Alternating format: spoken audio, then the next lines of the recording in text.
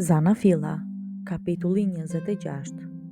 Tokën e plakosi një tjetër zi buke, si ajo që kishte rënë në kohën e Abrahamit, dhe Isaku shkoi në Gerar të Abimeleku, mbreti i Filistinëve. Atëherë Zoti ju shfaq e i tha: mos shko në Egjipt, por bano në vendin që do të tregoj. Bano si i huaj në këtë vend, dhe unë do të jem me ty e do të bekoj. Ty e pasardhësve të tu do t'ua jap tërë këto vende, e kështu do të përmbush betimin që i bëra Abrahamit, atit tënd. Do t'i shumoj pasardhësit e tu si yjet e qiellit, dhe atyre do t'ua jap tërë këto vende. Të gjitha kombet e tokës do të bekohen përmes pasardhësve të tu, sepse Abrahami e dëgjoi zërin tim e i mbajti urdhrin, urdhërimet, rregullat dhe ligjet e mia. Atëherë Isaku banoi në Gerar. Kur vendasit e pyetën për të shoqen, ai u tha: është motra ime, sepse kishte frikë se mos vendasit e vrisin po të thoshte është gruaja ime, nga që Rebeka ishte e bukur. Isaku qëndroi atje për një kohë të gjatë. Një herë Abimeleku, mbreti i Filistinëve, po sodiste nga dritarja dhe pa Isakun duke përkëdhelur Rebekën, gruan e tij. Atëherë thirrri Isakun e i tha: padyshim ajo është gruaja jote. Si mundet të thuash është motra ime? Isaku ju përgjigj: mendova se do të vdisja për shkak të saj. Abimeleku tha: ç'është kjo që na bëre? Për pak dikush mund të flinte me gruan tënde, e kështu do të na bëje fajtor. Kështu Abimeleku urdhëroi tërë popullin: kushdo që prek këtë njeri dhe gruan e tij, me të vërtetë do të vdes. Isaku mbolli në atë vend e po atë vit korri 100 fish. Zoti e bekoi dhe ai u pasurua. Pasuria e tij sa vinte e shtohej, derisa u bë shumë e madhe.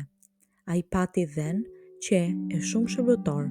Filistinët e kishin zili, prandaj ja mbuluan me dhe të gjitha puset që kishin hapur shërbëtorët e të Atit në kohën e Abrahamit. Atëherë Abimeleku i tha Isakut: largohu, sepse je bërë më i fuqishëm se ne. Isaku u largua prej andej, fushoi në luginën e Gerarit e banoi atje. Ai rihapi puset e hapura në kohën e Abrahamit, atit të tij, që Filistinët mbyllën pas vdekjes së Abrahamit, e i quajti njësoj siç i kishte quajtur i ati. Shërbëtorët e Isakut gërmuan në luginën e gjetën një burim me ujë të freskët. Barinjtë e Gerarit u grindët me barinjtë e Isakut, e thanë: uji është i yni. Ai e quajti pusin e sek, sepse ata u grindën me të. Hapën dhe një pus tjetër, po edhe për të u grindën, prandaj e quajti Sitna. Pastaj lëvizi prej andej dhe hapi një pus tjetër, por për këtë pus nuk u grindën. Kështu e quajti Rehobot, e tha: tani Zoti na ka hapur vend e aty do të shumohemi. Prej andej u nis për në Bersheb, po atë natë Zoti ju shfaqe i tha: unë jam Perëndia e Abrahamit, atit tënd. Mos ki frikë se unë jam me ty. Do të të bekoj e do t'i shumoj pasardhësit e tu për hir të Abrahamit, shërbëtorit tim. Isaku ngriti një altar dhe thirrri emrin e Zotit. Aty vuri tendën dhe po aty shërbëtorët e tij hapën një pus. Ndërkaq Abimeleku erdhi tek ai prej Gerarit, bashkë me Ahuzatin, mikun e tij, dhe Pikolin, prijesin e ushtrisë së tij. Isaku u tha: përse erdhët tek unë? Ju më urreni e më keni dëbuar. Ata u përgjigjën: kemi parë qartë se Zoti ka qenë me ty.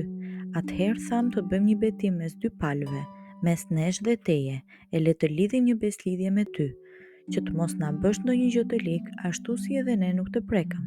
Por të bëm vetëm mirë e të lam të shkojë në paqe. Tani ti je i bekuari i Zotit. Atëherë Isaku u përgatiti një gosti e ata hëngrën e pinë. Kur u ngritën herët në mëngjes, u betuan me njëri tjetrin. Isaku i përcolli e ata u larguan prej tij në paqe. Po atë ditë erdhën shërbëtorët e Isakut, i treguan për pusin që kishin hapur e i thanë: gjetëm ujë.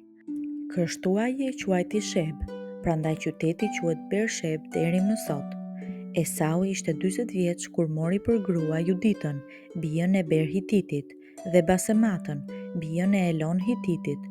Këto u bën shkak i dhërimi për Isaku dhe Rebekën.